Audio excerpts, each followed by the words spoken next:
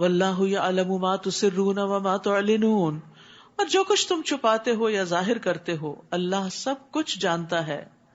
اور اللہ کے سوا جنہیں یہ لوگ پکارتے ہیں وہ کوئی چیز کیا خاک پیدا کریں گے؟ وہ تو خود پیدا کیے گئے، یعنی وہ کچھ بھی پیدا نہیں کر سکتے، وہ تو پیدا کیے گئے ہیں. جو پیدا کیا جاتا ہے وہ آگے کیا کر سکتا ہے؟ امواتن، وہ مردے ہیں، زندہ نہیں ہیں، انہیں یہ بھی نہیں پتا کہ کب دوبارہ اٹھائے جائیں گے. تمہارا الہ بس ایک ہی الہ ہے. پھر جو لوگ آخرت پر ایمان نہیں لاتے، انکار ان کے دلوں میں رچ بس گیا ہے اور وہ اکڑ بیٹھے ہیں، تکبر کرتے ہیں. جو کچھ یہ لوگ چھپاتے ہیں یا جو ظاہر کرتے ہیں اللہ یقیناً سب کچھ جانتا ہے، اور وہ تکبر کرنے والوں کو قطعاً پسند نہیں کرتا، کیونکہ تکبر انسان کو حق سے روک دیتا ہے. اور جب ان سے پوچھا جائے کہ تمہارے رب نے کیا نازل کیا تو کہتے ہیں بس پہلے لوگوں کی داستانیں ہی ہیں. یعنی اللہ کا انکار کرنے والے یا اللہ کے ساتھ شریک ٹھہرانے والے اللہ کی قدر نہیں کرتے، اس کا حق ادا نہیں کرتے، اور نہ وہ اس کلام کی قدر پہچانتے ہیں. قرآن کی قدر و قیمت وہی پہچانتا ہے جو قرآن کے بھیجنے والے پر ایمان رکھتا ہے.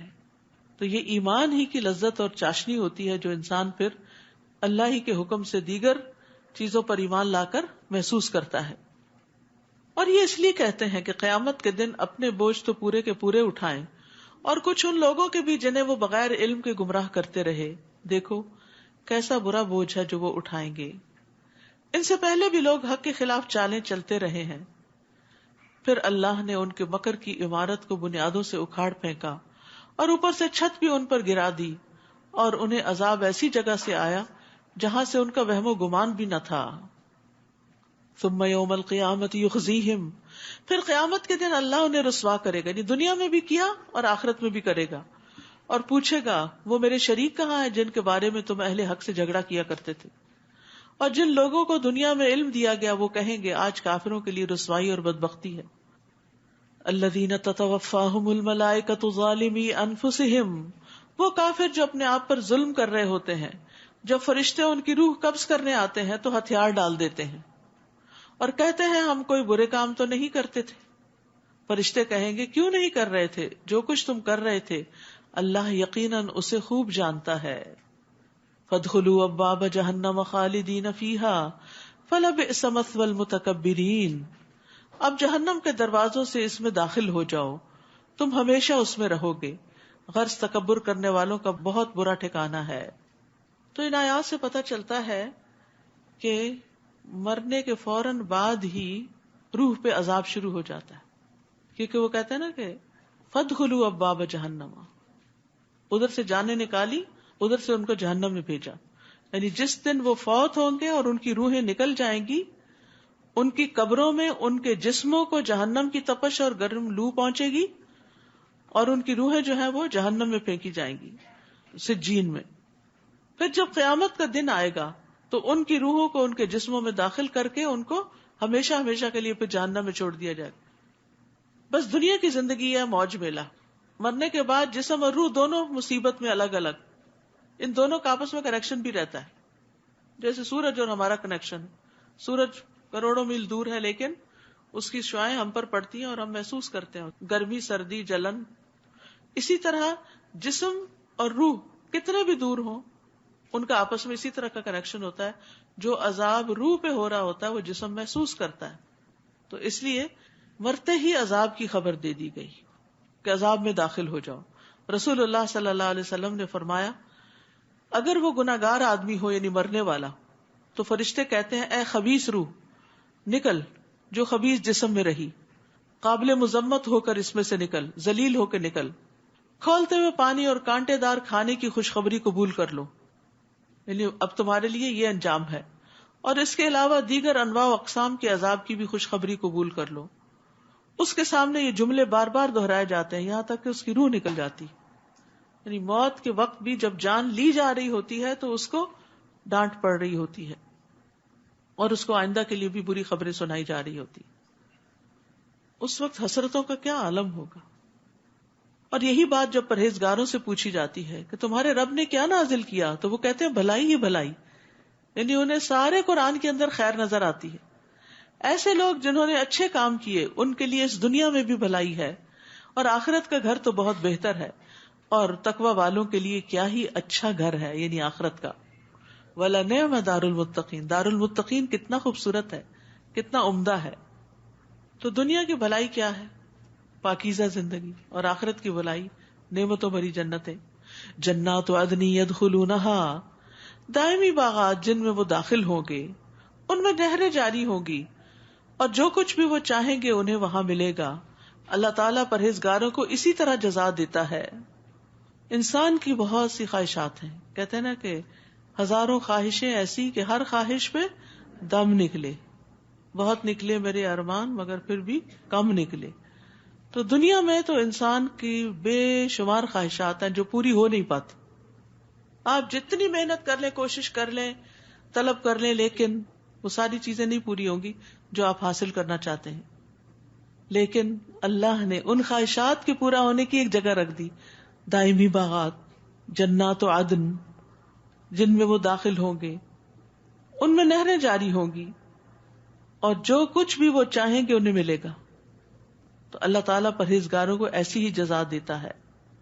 قرآن مجید میں آتا ہے نا، وَلَكُمْ فِيهَا مَا تَشْتَهِي أَنفُسُكُمْ وَلَكُمْ فِيهَا مَا تَدَّعُونَ نُزُلًا مِّن غَفُورٍ رَّحِيمٍ، وہاں تمہارا جو جی چاہے گا تمہیں ملے گا، اور جو کچھ تم مانگو گے تمہارا ہوگا، یہ بخشنے والے مہربان کی طرف سے مہمانی ہوگی۔ صرف خواہش کرنے پر ہی کھانا سامنے آ جائے گا۔ حدیث میں آتا ہے کہ جنتی شخص جنت کے پرندوں میں سے ایک پرندہ کھانے کی خواہش کرے گا کہ آج مجھے پرندے کا گوشت کھانا ہے، تو وہ اس کے ہاتھ میں پکا ہوا اور ٹکڑے کیا ہوا آ گرے گا۔ کسی بھی کام کی وہ خواہش کرے گا تو وہ ہو جائے گا۔ نبی صلی اللہ علیہ وسلم فرمایا کہ اہل جنت میں سے ایک شخص اپنے رب سے کاشتکاری کی اجازت چاہے گا کہ مجھے فارمنگ کرنی ہے، تو اللہ تعالیٰ اس سے فرمائے گا کیا تو اپنی موجودہ حالت کو خوش نہیں ہے، جو ملا ہوا ہے؟ وہ کہے گا کیوں نہیں، لیکن مجھے پسند ہے کہ میں کھیتی باڑی کروں۔ آپ نے فرمایا پھر وہ بیج کاشت کرے گا، پلک جھپکنے میں وہ اگائے گا، فوراً سیدھا ہوگا اور کاٹنے کے بھی قابل ہو جائے گا، دیکھتے ہی دیکھتے پہاڑ کی طرح انبار لگ جائے گا۔ تو اللہ تعالیٰ فرمائے گا اے آدم کے بیٹے یہ لے لے، تجھے کوئی چیز سیر نہیں کر سکتی۔ یعنی سب کچھ بھی مل جائے تو پھر انسان کہتا ہے کہ یہ نہ کروں، یہ نہ ہو جائے، یعنی جو اکٹھا کر چکا ہوتا ہے اس سے انجوائے نہیں کرتا اور خریدنے چل پڑتا ہے۔ کیا ایسا ہوتا ہے کہ آپ صرف اس وقت گروسری کریں جب سب کچھ ختم ہو جائے؟ الذین تتوفاہم الملائکۃ طیبین، وہ پرہیزگار جو پاک سیرت ہوتے ہیں، فرشتے ان کی روح قبض کرنے آتے ہیں تو کہتے ہیں تم پر سلام ہو، جو اچھے عمل تم کرتے رہے اس کے صلے میں جنت میں داخل ہو جاؤ۔ اوپر کافر کا انجام بتایا گیا اور یہاں مومن کا انجام بتایا گیا کہ اس کو آ کر پہلے سلام کرتے ہیں۔ فرشتے خوشخبری دینے کے لیے آئیں یا جان نکالنے کے لیے آئیں تو سلام کرتے ہیں۔ سلام ہو تم پر جو اچھے عمل تم کرتے رہے اس کے صلے میں جنت میں داخل ہو جاؤ۔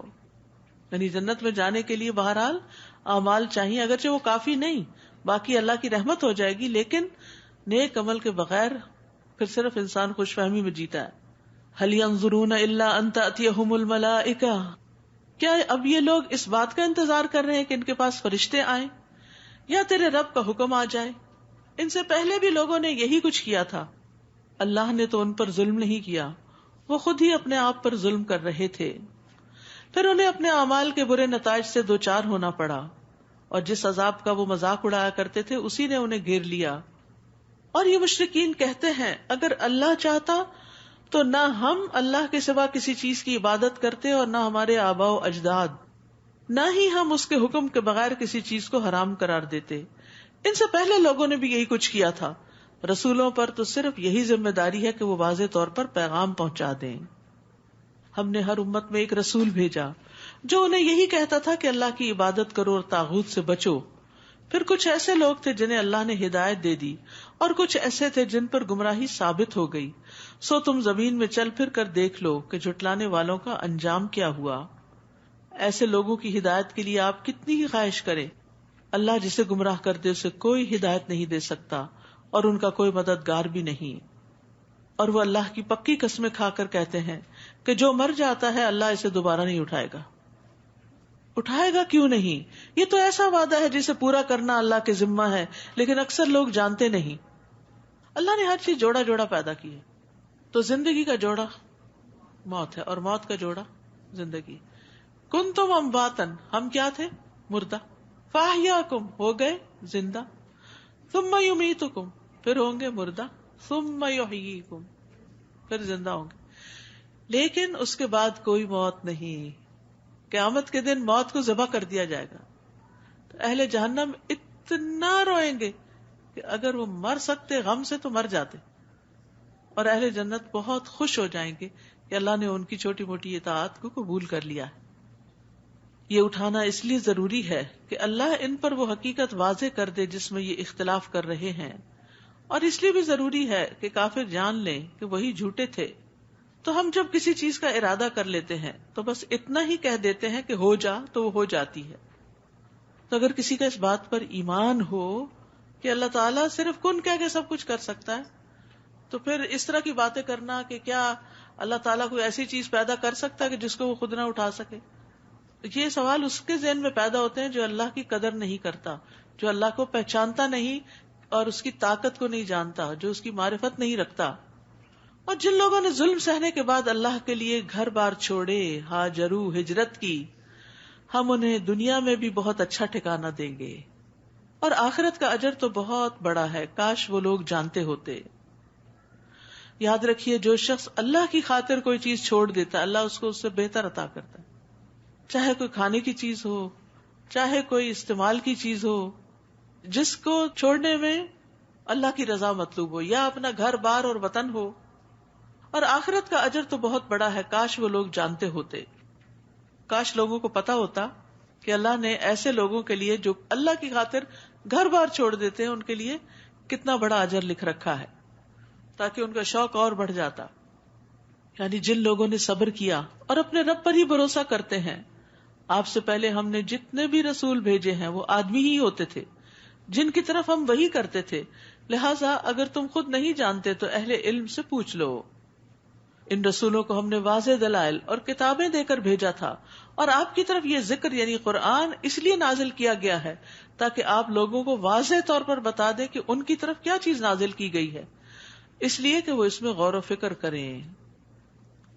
جو لوگ بری چالیں چل رہے ہیں، کیا وہ اس بات سے بے خوف ہو گئے ہیں کہ اللہ انہیں زمین میں دھسا دے، یا ایسی جگہ سے ان پر عذاب آ جائے جہاں سے آنے کا انہیں وہم و گمان بھی نہ ہو، یا انہیں چلتے پھرتے ہی پکڑ لے تو یہ لوگ اسے عاجز کرنے کی طاقت نہیں رکھتے، یا انہیں اس طرح پکڑ لے کہ وہ کمزور ہو کر تباہ ہو جائیں. بلا شبہ آپ کا رب ترس کھانے والا اور رحم کرنے والا ہے جو انہیں مہلت پہ مہلت دیے جا رہا ہے.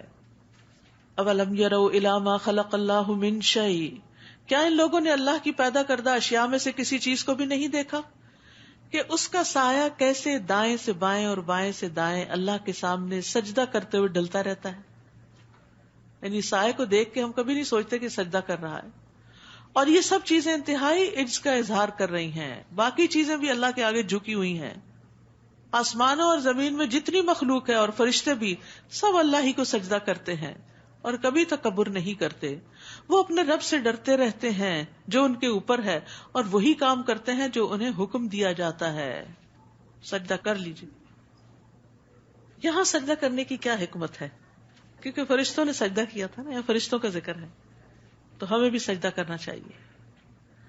وقال اللہ لا تتخذوا الہین اثنین، اللہ تعالیٰ فرماتے ہیں کہ دو الہ نہ بناؤ. الہ صرف ایک ہی ہے، لہذا مجھے سے ڈرو. اگر دو کی اجازت نہیں تو تین اور پانچ اور زیادہ کی تو پھر ہے ہی نہیں. آسمانوں اور زمین میں جو کچھ ہے سب کچھ اسی کا ہے اور اسی کی عبادت لازم ہے. پھر کیا تم اللہ کے سوا دوسروں سے ڈرتے ہو؟ تمہیں جو نعمت بھی مل رہی ہے وہ اللہ کی طرف سے ہے. سوچے تو صحیح، جو کچھ بھی آپ کو ملا، زندگی ملی، صلاحیتیں ملی، ذہانت ملی، گھر بار ملا، کھانے پینے کو، پہننے اوڑھنے کو، گھومنے پھرنے کو، آل اولاد، بچے، بچوں کے بچے، یہ ساری نعمتیں اللہ نے دی ہیں. وَمَا بِكُم مِّن نِّعْمَةٍ فَمِنَ اللَّهِ، پھر جب تمہیں کوئی تکلیف پہنچتی ہے تو اسی کے آگے چیخو پکار کرتے ہو، یعنی نعمتوں میں اس کو بھول جاتے ہو. تکلیف آتی ہے تو پھر ہی اس کی طرف راغب ہوتے ہو. پھر جب وہ تم سے اس تکلیف کو دور کر دیتا ہے تو تم میں سے کچھ لوگ اپنے رب کے ساتھ شرک کرنے لگتے ہیں. پھر وہ دوسروں کو کریڈٹ دیتے ہیں، فلاں ڈاکٹر کی وجہ سے میں صحت یاب ہو گئی، یا فلاں انسان کی مدد سے میری مشکل آسان ہو گئی. اللہ کا فضل ساتھ یاد رکھنا چاہیے کہ اللہ کے فضل سے فلاں نے مدد کر دی تو ایسا ہو گیا. پھر جب وہ تم سے اس تکلیف کو دور کر دیتا ہے تو تم میں سے کچھ اپنے رب کے ساتھ شرک کرنے لگتے ہیں تاکہ اللہ نے انہیں جو کچھ دے رکھا ہے اس کا شکریہ ادا کرنے کی بجائے اس کی ناشکری ہی کریں. اچھا کچھ دیر مزے کر لو، بس تھوڑی سی مہلت اور ہے، کر لو جو دنیا میں کرنا ہے، ان قریب تمہیں حقیقت معلوم ہو جائے گی. نیز جو رزق ہم نے انہیں دے رکھا ہے اس میں سے ایسے شریکوں کا حصہ مقرر کرتے ہیں جن کے متعلق انہیں علم نہیں ہے، پتہ ہی نہیں، ان کی کوئی حقیقت ہی نہیں، اور ان کے نام پر نظر نیاز دی جا رہی ہے. اللہ کی قسم جو کچھ تم اللہ پر افترا کرتے ہو، جھوٹ گڑتے ہو، اس کی تم سے ضرور باز پرس ہوگی. ان لوگوں نے اللہ کے لیے بیٹیاں تجویز کی ہیں. اہل عرب میں بھی کئی قبائل ایسے تھے جو فرشتوں کو اللہ کی بیٹیاں قرار دیتے تھے، حالانکہ وہ ایسی باتوں سے پاک ہے اور ان کے لیے وہ کچھ ہے جو وہ خود چاہیں، یعنی خود اپنے لیے بیٹے پسند کرتے ہیں اور اللہ کی بیٹیاں قرار دیتے ہیں. اور جب ان میں سے کسی کو لڑکی کی پیدائش کی خبر دی جاتی ہے تو اس کا چہرہ سیاہ پڑ جاتا ہے اور وہ غم سے بھر جاتا ہے. یاد رکھیں، بیٹا ہو یا بیٹی، یہ اللہ کی تقسیم ہے، اور اللہ کی تقسیم مومن کے لیے بڑی بہتر ہوتی ہے.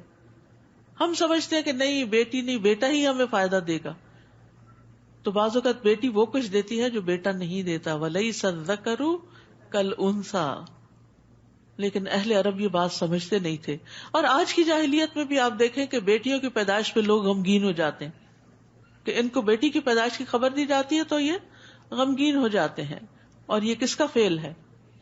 یہ مشرکین مکہ کا فعل تھا. مومن کو یہ زیب نہیں دیتا کہ وہ بیٹیوں کی پیدائش پہ غمگین ہو، وہ اللہ کا فیصلہ سمجھ کے اس کو قبول کرتا ہے. اور اس میں یہ بھی ہے کہ ہمیں بیٹیوں کو برا نہیں سمجھنا چاہیے. نبی صلی اللہ علیہ وسلم نے فرمایا بیٹیوں کو برا نہ سمجھا کرو کیونکہ وہ انتہائی قیمتی اور غمخوار ہوتی ہیں. جتنی وہ والدین کی کیئر کرتی ہیں، ان کا ساتھ دیتی ہیں، بیٹے نہیں دیتے، وہ اپنی دنیا میں ہوتے ہیں. رسول اللہ صلی اللہ علیہ وسلم نے فرمایا مومن پر تعجب ہے کہ اللہ اس کے لیے جو فیصلہ فرماتا ہے وہ اس کے حق میں بہتر ہی ہوتا ہے. اگر عورتوں کو یہ والی بات سمجھ آ جائے، یہ حدیث پلے باندھ لیں، تو جو بھی پیدا ہو اس پر پھر غم نہ کریں، راضی ہو جائیں. اور جو اللہ سے راضی ہوتا ہے اللہ اس کے ساتھ کیا معاملہ کرتا ہے؟ اللہ تعالیٰ اس سے راضی ہو جاتا ہے. اگر ہم ہی ناراض ہیں اللہ سے تو پھر کیسے توقع رکھ سکتے ہیں کہ اللہ ہم سے راضی ہو جائے؟ اور اگر اللہ ناراض ہو گیا تو پھر کیا ہوگا؟ یتوارا من القوم من سوء ما بشر به.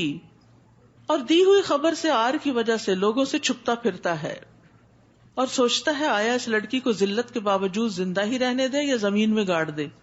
دیکھو یہ لوگ کیسا برا فیصلہ کرتے، یعنی ان کی یہ باتیں انتہائی غلط ہیں. بری مثال تو ان لوگوں کے لیے جو آخرت پر ایمان نہیں رکھتے. اللہ کے لیے تو بلند تر مثال ہے. وَلِلَّهِ الْمَثَلُ الْأَعْلَى. اور وہ ہر چیز پر غالب اور حکمت والا ہے. یعنی اللہ تعالیٰ کو لوگوں کی طرح نہیں سمجھنا چاہیے کہ جو مثالیں آپ لوگوں کے لیے دیتے ہیں وہ اللہ پہ چشمہ کریں. اگر اللہ لوگوں کو ان کے ظلم کی بنا پہ پکڑنے لگتا تو زمین پر کوئی جاندار مخلوق باقی نہ رہ جاتی. ہر جان والا کسی نہ کسی طور پر کسی نہ کسی کے ساتھ زیادتی کر جاتا ہے. لیکن وہ ایک معین عرصے تک ڈھیل دیے جاتے ہیں. پھر جب وہ مدت آ جاتی ہے تو اللہ کا عذاب ان سے گھڑی بھر کے لیے بھی آگے پیچھے نہیں ہو سکتا. ظالم اپنے ساتھ ساتھ دوسروں کا بھی نقصان کرتے ہیں. یعنی بعض لوگ ظالم نہیں ہوتے، ظالموں کا ساتھ دیتے ہیں. بعض لوگ ظالموں کے بیچ میں رہتے ہیں اور ان کے ظلم کو برا نہیں کہتے، تو یہ بھی درست نہیں. ابو ہریرہ کہتے ہیں انہوں نے ایک آدمی کو کہتے ہوئے سنا بے شک ظالم اپنے آپ ہی کو نقصان پہنچاتا ہے. تو انہوں نے کہا تم نے بہت بری بات کہی. بے شک ایک پرندہ اپنے گھونسلے میں ظالم کے ظلم کی وجہ سے ہی مر جاتا ہے. یعنی صرف اپنے آپ کو نہیں نقصان دیتا بلکہ دوسروں کو بھی نقصان دیتا ہے. تو ظلم کی 3 قسمیں ہیں. ایک ہے اللہ کے ساتھ اور وہ ہے شرک جو سب سے بڑا ظلم ہے. ان الشرک لظلم عظیم. دوسرا جو بندوں کا بندوں پہ ظلم ہوتا ہے، حقوق العباد میں کمی، اللہ اس کو معاف نہیں کرے گا جب تک بندے نہیں کریں گے. اور تیسرے جو اللہ اور بندوں کے بیچ میں ہوتا ہے، یعنی جیسے کوئی گناہ کا کام کر لیا تو اللہ تعالیٰ جس کو چاہے معاف کر دے. تو یہ یاد رکھیے کہ اللہ تعالیٰ ہر صورت میں مظلوموں کو ظالموں سے قصاص دلوائے گا. وہ جو کنترا کی بات ہوئی نا پہلے، وہ جگہ ایسی ہے کہ جہاں مومن بھی ایک دوسرے سے اپنے حساب کتاب پورے کر لیں گے، اور میدان حشر میں بھی لوگوں کو جواب دہی کرنی ہوگی اگر کسی پر بھی ظلم کیا، کسی کا بھی حق مارا. یہ لوگ اللہ کے لیے وہ تجویز کرتے ہیں جسے خود ناپسند کرتے ہیں، اور ان کی زبانیں جھوٹ بکتی ہیں کہ ان کے لیے بھلا ہی بھلا ہے. ان کے لیے یقینی چیز تو دوزخ کی آگ ہے، اور اس میں یہ سب سے آگے دھکیلے جائیں گے.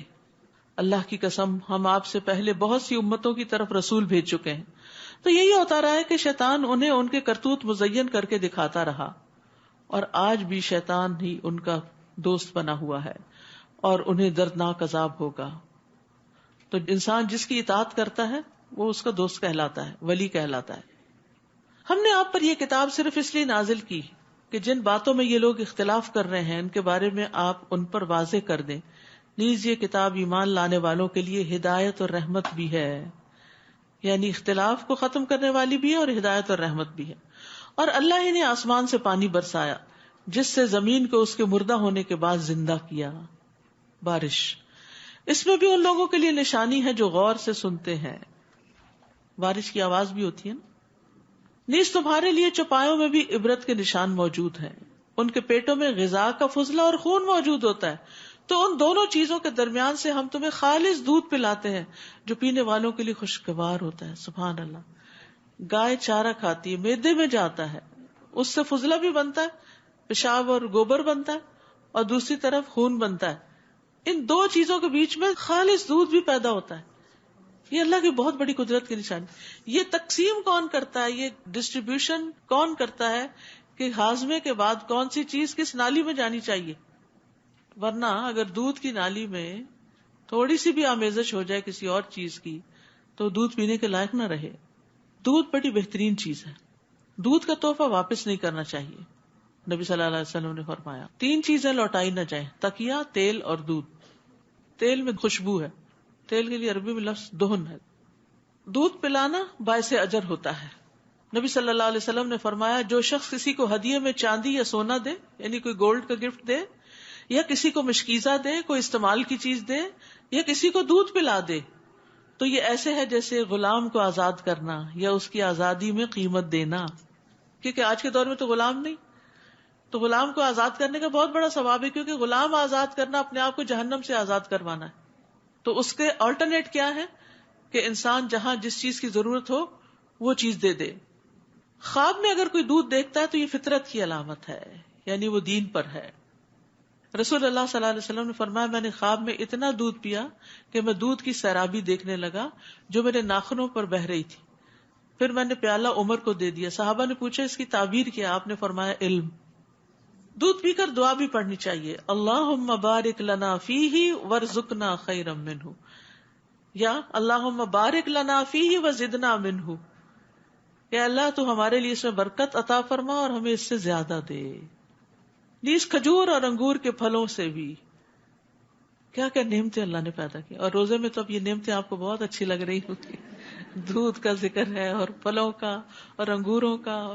اللہ کی خاطر اپنی بھوک پیاس کنٹرول کی ہوئی ہے نا. اللہ بہترین مہمانی کرے گا انشاءاللہ.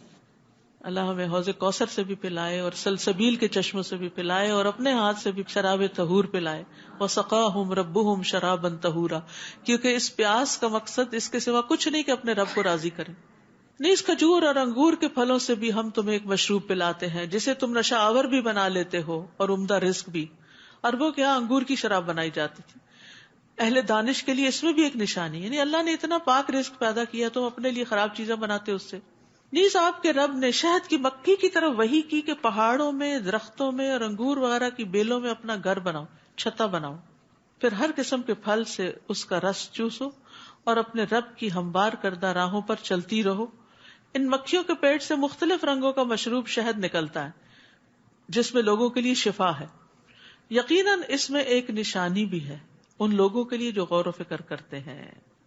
یاد رکھیے 1 پاؤنڈ شہد بنانے کے لیے شہد کی مکھی جو ہے 55,000 میل اڑتی ہے، 55,000 مائلز فلائی کرتی، تب جا کر وہ 1 پاؤنڈ شہد بنتا ہے. اور ہم شہد کے استعمال میں بعض اوقات بڑی زیادتی کرتے ہیں. چمچ سے لگا ہے تو اس کو چاٹنے کی بجائے ایسے ہی دھونے کے لیے پھینک دیتے ہیں، یا ڈالتے ہوئے اگر کچھ گر گیا ہے تو اٹھاتے نہیں. مکھی کی بیچاری کی جان چلی گئی محنت کر کر کے، اور ہم نے اتنی بھی قدردانی نہیں کی.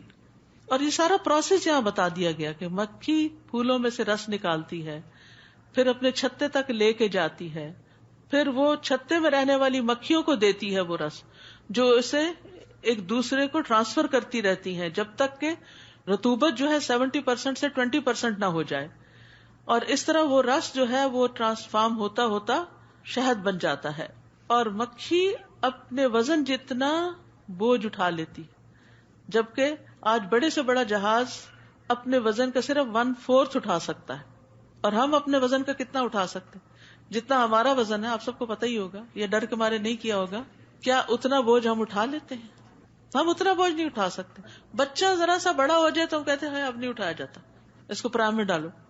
تو یہ ایک مکھی کتنی محنت کرتی، اور اس میں بے شمار سبق ہے، اور کتنی آرگنائزڈ وے میں، اور کس طرح پھر بہترین مشروب کے اس میں شفا رکھ دی گئی. بعض کے خیال میں ہر بیماری کے لیے، اور بعض کے خیال میں مخصوص بیماریوں کے لیے شفا ہے، ہر بیماری کے لیے نہیں ہے. لیکن بہرحال ایک مفید ڈرنک ہے جس کو پانی میں یا دودھ میں یا دوسرے غذاؤں کے ساتھ ملا کے استعمال کیا جا سکتا ہے، اور مرہم بھی ہے لگانے کے لیے، آئنٹمنٹ کی طرح بھی کام کرتی ہے. رسول اللہ صلی اللہ علیہ وسلم نے فرمایا 3 چیزوں میں شفا ہے: حجامہ کروانے میں یعنی سنگی لگوانے میں، شہد پینے میں، اور آگ سے داغنے میں، مگر میں اپنی امت کو آگ سے داغنے سے منع کرتا ہوں. تو گویا یہ ایک بہترین دوا بھی ہے. یہاں فرمایا ان فی ذلک لآیۃ لقوم یتفکرون، اس میں یعنی شہد کی مکھی میں اس قوم کے لیے جو غور و فکر کرتی بڑی نشانی ہے. اب دیکھیے کہ اللہ تعالیٰ مکھی کو کہتے ہیں اب یہ کرو، اب یہ کرو، اب یہ کرو، وہ سب کچھ کرتی ہے. کس کے لیے کرتی ہے بتائیے ذرا؟ اپنے لیے. وہ خود تو نہیں کھاتی، اس کو ہمیں دیتی ہے، ہمارے لیے تیار کرتی. فری ورکرز ہیں. اگر آپ نیچرل ہنی لیں، آپ کو کچھ بھی نہیں جاتا اس میں، وہ کہیں سے آتی ہیں بنا کے چلی جاتی ہیں اور آپ اتار کے مزے کرتے ہیں. کس نے یہ نعمت بخشی؟ اللہ رب العزت نے. کیا ہم بھی اللہ کے اتنے ہی فرما بردار ہیں؟ اللہ کی اطاعت میں اتنے ہی دوڑے پھر رہے ہیں؟ اور مکھی کی مثال طالب علم کی طرح بھی ہے. طالب علم بھی علم کے لیے سفر کرتا ہے، بھاگا دوڑا پھرتا ہے، اور پھر جگہ جگہ سے علم حاصل کرتا ہے، پھر اس کو آگے ٹرانسفارم کرتا ہے اور پھر اسے دینے کے قابل ہو جاتا ہے. رسول اللہ صلی اللہ علیہ وسلم نے فرمایا مومن کی مثال شہد کی مکھی کی طرح ہے جو صرف پاک چیز کھاتی ہے اور پاکیزہ پھل دیتی ہے. اگر غلطی سے کسی غلط چیز کا رس وہ کھا لے تو دوسری مکھیاں اس کو مار ڈالتی ہیں، اندر ہی نہیں آنے دیا جاتا اس کو. نبی صلی اللہ علیہ وسلم نے فرمایا بے شک مومن کی مثال شہد کی مکھی کی طرح جو پاکیزہ چیز کھاتی ہے، پاکیزہ رس خارج کرتی ہے، یعنی ان پٹ آؤٹ پٹ دونوں پاکیزہ، اور جس پھول پتی پہ بیٹھتی ہے نہ وہ ٹوٹتا نہ وہ خراب ہوتا ہے. سبحان اللہ. یہ طریقہ سکھا دیا گیا کہ مومن نے دنیا میں مختلف چیزوں کو کس طرح ہینڈل کرنا ہے، کس طرح اس سے استعمال کرنا ہے، اور ہم کس طرح ریسورسز کو ابیوز کر رہے ہیں.